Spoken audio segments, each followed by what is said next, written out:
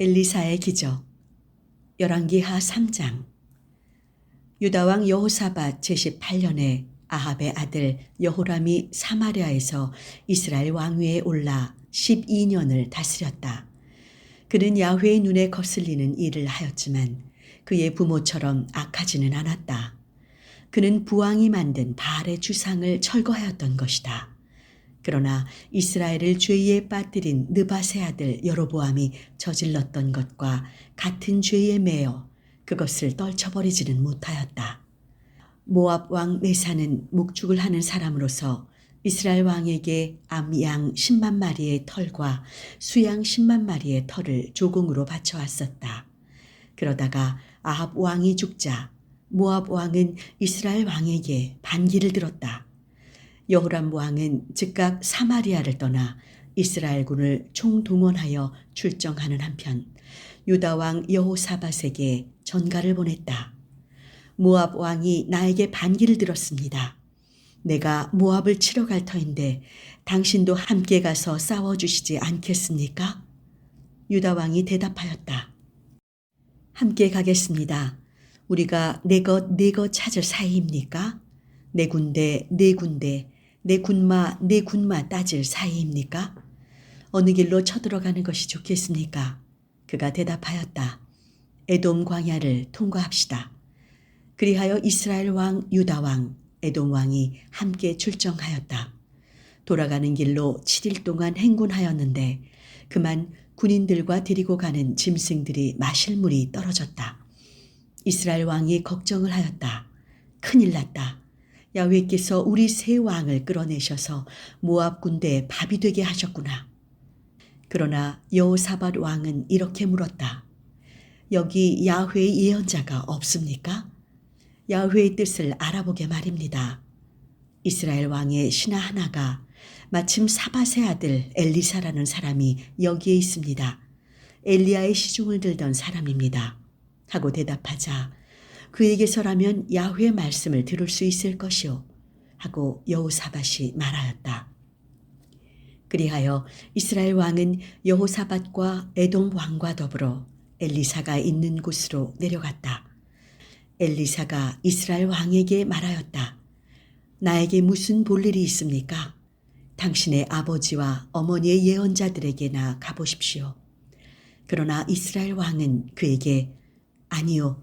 야훼께서 우리 세 왕을 불러내시어 모압 군대의 밥이 되게 하셨소. 하고 말하였다.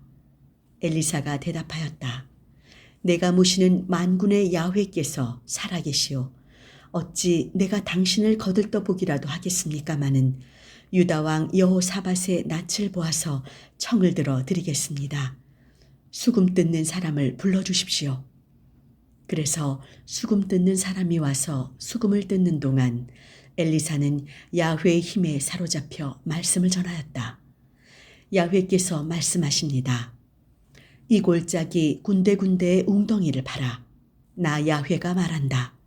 너희가 바람 불고 비 오는 것을 보지 못하겠지만 이 골짜기에 물이 가득 차서 너희와 너희 군인들과 짐승들이 마실 수 있게 될 것이다. 그러나 이런 것쯤은 야훼로서는 아무것도 아닙니다. 야훼께서는 당신들의 손에 모압을 넘겨주실 것입니다. 당신들은 요새화된 성읍, 중요 도시를 모두 쳐서 점령하게 될 것입니다.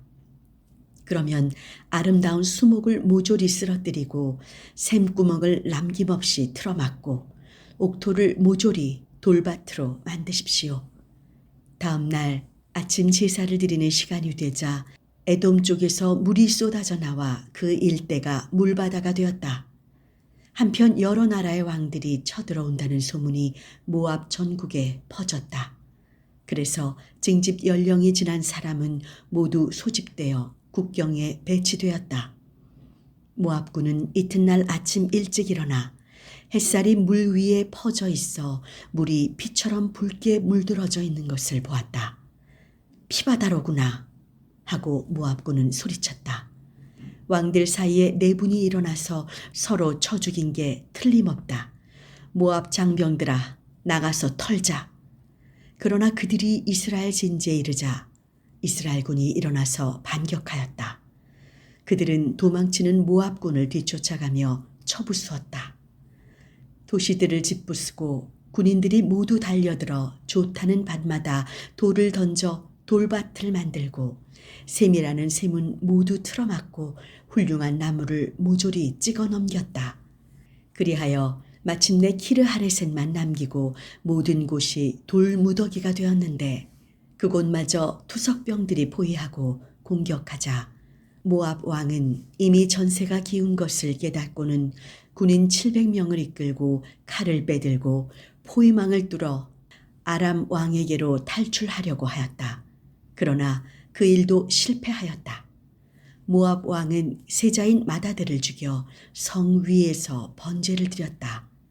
그러자 무서운 신의 진노가 이스라엘 군에 내려 이스라엘 군은 진을 거두고 본국으로 돌아갔다. 열왕기하 4장. 예언자 수련생의 부인 하나가 엘리사에게 호소하였다. 선생님의 제자인 제 남편이 세상을 떠났습니다. 선생님께서도 아시다시피 그이는 야훼를 경외하는 분이었습니다. 그런데 그이에게 빚을 주었던 사람이 제 두 아들을 종으로 끌어가겠다고 합니다. 엘리사가 그 여인에게 말하였다. 내가 어떻게 하면 당신을 도울 수 있겠소? 집안에 남아있는 게 무엇이오? 말하시오. 여인이 대답하였다. 집안에 남아있는 것이라고는 기름 한 병밖에 없습니다. 그러자 엘리사가 말하였다. 돌아가서 당신의 모든 이웃으로 다니면서 그릇을 빌어오시오.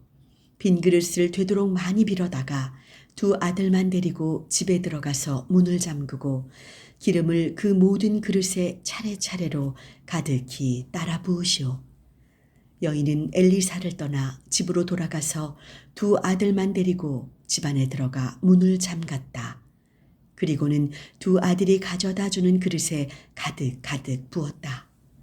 그릇마다 기름을 다 채우고 나서 여인은 아들에게 말하였다. 그릇을 더 가져오너라. 아들이 그릇이 더 없습니다. 고 하자 기름이 나오기를 멈추었다. 여인이 하느님의 사람에게 가서 이 일을 보고하자 그는 가서 기름을 팔아 그 돈으로 빚을 갚아서 두 아들이 종으로 끌려가지 않게 하시오. 남은 것을 가지고 모자가 함께 살 수 있을 것이오. 하고 말하였다. 엘리사가 하루는 수넴을 지나가게 되었다. 거기에 살고 있던 한 부유한 여인이 엘리사를 대접하고 싶다면서 머무르기를 간청하였다. 그래서 엘리사는 그곳을 지날 때마다 그의 집에 들러 식사를 하곤 하였다. 그 여인이 남편에게 말하였다. 여보, 틀림없이 우리 집에 늘 들르시는 이분은 거룩한 하느님의 사람입니다. 옥상에 작은 방을 하나 꾸미고 침대와 상, 의자와 등을 갖추어서 그분이 우리 집에 들르실 때마다 그 방에 모시도록 합시다. 어느 날 엘리사가 거기에 갔다가 그 다락방에 올라가서 쉬게 되었다. 엘리사는 시종 게하지에게 그 집의 수넴 여인을 불러오라고 일렀다. 그가 여인을 불러오자 여인은 예언자 앞에 나섰다. 엘리사가 자기 시종에게 말하였다. 부인께 이렇게 여쭈어라. 부인, 수고가 많으시오. 이 은혜를 갖고 싶소. 내가 부인을 위하여 왕이나 아니면 군 사령관에게 부탁드려 줄 수도 있는데 무슨 아쉬운 일이 없으시오? 그러자 저는 이렇게 한 결의 가운데 어울려 만족스럽게 살고 있습니다. 하고 여인이 대답하였다. 엘리사는 시종에게 물었다. 그러면 이 부인에게 해줄 일이 없을까? 이 부인은 아들이 없는 데다가 남편은 나이가 많아 보기에 참 딱합니다. 하고 게하지가 대답하였다. 그러자 엘리사는 그 여인을 다시 불러오라고 일렀다. 시종이 여인을 불러오자 여인은 문간에 섰다. 엘리사가 말하였다. 내년 이맘때 같은 철이 돌아오면 부인께서는 아이를 낳아서 안게 될 것이요. 여인이 대답하였다. 그럴 수 없습니다. 선생님, 선생님께서는 하느님의 사람으로서 저에게 농담을 하십니까? 그러나 그 여인은 임신하여 엘리사가 일러준 다음 해 같은 철이 돌아오자 아들을 낳았다. 그 아이가 자라났다. 하루는 자기의 아버지가 농군과 함께 추수하고 있는 데로 나갔다가 갑자기 아, 머리야, 머리야 하고 아버지에게 소리쳤다. 아버지는 함께 있던 하인더러 그를 어머니에게 데려다 주라고 일렀다. 하인은 아이를 어머니에게 데려다 주었다. 그 아이는 정오까지 어머니 무릎에 누워있다가 죽었다. 그러자 어머니는 아이를 안고 하느님의 사람이 묵는 방에 올라가 그의 침대에 눕히고는 나와서 문을 닫았다. 그리고 나서 자기 남편을 불러 일렀다. 하인 한 사람과 암나귀 한 마리를 보내주십시오. 급히 하느님의 사람에게 갔다 와야겠습니다. 꼭 오늘 그분을 가서 배워야겠소?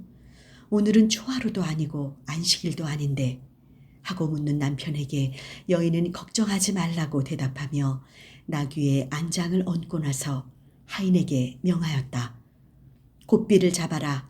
내가 시킬 때까지는 멈추지 말아라. 여인은 길을 떠나 가르멜산 위에 있는 하느님의 사람에게 갔다. 하느님의 사람은 그 여인이 오는 것을 멀리서 보고 시종 게하지에게 말하였다. 저기 수넴 여인이 오고 있다. 뛰어가서 맞아라. 그리고 부인은 별거 없으시냐고 물어보아라. 바깥 어른과 아이도 별거 없느냐고 물어보아라. 게하지가 달려가 그렇게 묻자 여인은 모두 별거 없다고 대답하였다. 여인은 산 위에 이르러 하느님의 사람의 다리를 부둥켜 안았다. 게하지가 그 여인을 밀어내려고 다가가니 하느님의 사람이 말하였다. 그냥 두어라. 부인에게 무언가 마음 아픈 일이 생겼다. 야훼께서 그 일을 나에게 감추시고 알려주시지 않으셨구나. 그때 여인이 말하였다. 선생님, 제가 언제 아들을 달라고 했습니까? 공연히 가슴만 부풀렸다가 낙담하게 하지 말아달라고 하지 않았습니까? 그러자 엘리사가 게하지에게 말하였다. 허리를 졸라매고 내 지팡이를 가지고 달려가거라. 도중에 누구를 만나더라도 인사하지 말고 누가 인사하더라도 대꾸하지 말며 가서 내 지팡이를 아이의 얼굴 위에 놓아라. 그러나 아이의 어머니가 언성을 높여 말하였다. 선생님께서 돌아가시기라도 한다면 모를까 저는 결코 선생님을 놓지 못하겠습니다. 그래서 엘리사는 일어나서 그 부인을 따라 나섰다. 게하지가 앞서가서 그 아이의 얼굴 위에 지팡이를 놓아 보았으나 소리를 내기는커녕 듣는 것 같지도 않았다. 그는 엘리사를 만나러 돌아와서 그 아이가 깨어나지 않더라고 말하였다. 엘리사는 집 안에 들어가 죽은 아이가 자기 침대에 누워있는 것을 보았다. 엘리사는 방 안에 들어가서 문을 닫았다. 방 안에는 둘뿐이었다. 그는 야훼께 기도드리고 나서 침대에 올라가 아이 위에 엎드렸다. 그리고는 자기의 입을 아이의 입에, 자기의 눈을 아이의 눈에, 자기의 손을 아이의 손에 포개었다. 이렇게 아이 위에 엎드리자 아이의 몸이 따뜻해지기 시작하였다. 엘리사는 일어나서 방 안을 이리로 한번 저리로 한번 걷고 나서 다시 침대에 올라가 아이 위에 엎드렸다. 그러기를 7번 거듭하자 아이가 재채기를 하면서 눈을 떴다. 엘리사는 게하지를 불러 이 집 수넴 여인을 들어오라고 하여라 하고 일렀다. 여인이 부르는 소리를 듣고 오자 예언자는 아들을 데리고 가라고 말하였다. 여인은 예언자의 발 앞에 나와 방바닥에 엎드려 절을 하고 아들을 데리고 나갔다. 엘리사는 길갈로 되돌아갔다. 그곳은 엘리사가 예언자 수련생들을 데리고 사는 곳이었다. 그때 마침 거기에는 흉년이 들어 있었다. 엘리사가 시종에게 말하였다. 큰 솥을 걸고 형제들이 먹을 국을 끓여라. 들에 풀성귀를 뜯으러 나갔던 사람들 중 하나가 들포도 덩굴을 만나 옷자락에 가득 뜯어가지고 돌아와서 무엇인지도 모르고 썰어 국솥에 넣었다. 그 국을 먹으라고 떠주자 국맛을 본 사람들이 급히 소리쳤다. 하느님의 사람이여, 솥 안에 독이 들었습니다. 그러면서 그 국을 먹지 못하고 있는데 엘리사가 밀가루를 가져오라고 하여 솥 속에 넣고는 국을 떠먹으라고 하였다. 먹어보니 솥에 독이 없었다. 어떤 사람이 바알 살리사에서 왔다. 그는 만물로 만든 보리떡 20개와 햇곡식 이삭을 하느님의 사람에게 가져왔다. 엘리사는 그것을 같이 있는 사람들에게 나누어 먹이라고 하였다. 그러나 그의 제자가 어떻게 이것을 100명이나 되는 사람들 앞에 내놓을 수 있겠습니까? 하고 물었다. 엘리사가 다시 말하였다. 이 사람들이 먹도록 나누어 줘라. 야훼께서 이들이 먹고도 남을 것이라고 말씀하셨다. 그리하여 그것을 사람들에게 나누어 주니 과연 야훼께서 말씀하신 대로 그들이 먹고도 남았다.